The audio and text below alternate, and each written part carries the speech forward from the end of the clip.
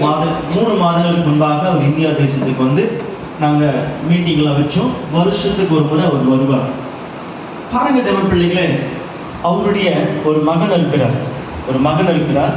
அவர் 7 மாசத்துல பிறந்தார்.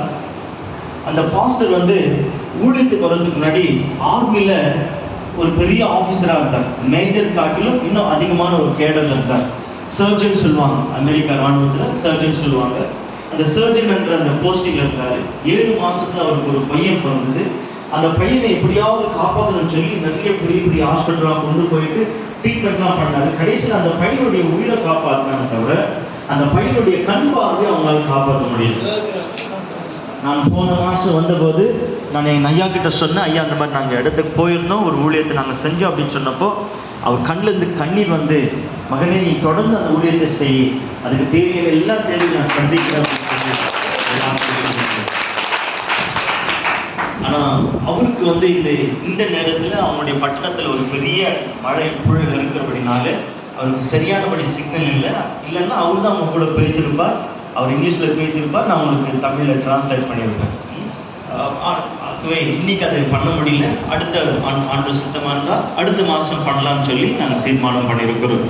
அன்பான தேவ பிள்ளைகளே, மாதந்தோறும் அருமையான ஊழியக்காரங்களை ஒன்று சேர்த்து கூட்டி சேர்த்து இப்படிப்பட்ட கூட்டத்தை நியமித்து வைத்திருக்கிறார்.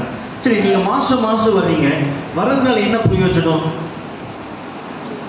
நன்றாய் கவனிங்க. பாருங்க, ஆண்டவர் 2 விதமான ஆசீர்வாதத்தை கொடுப்பார்.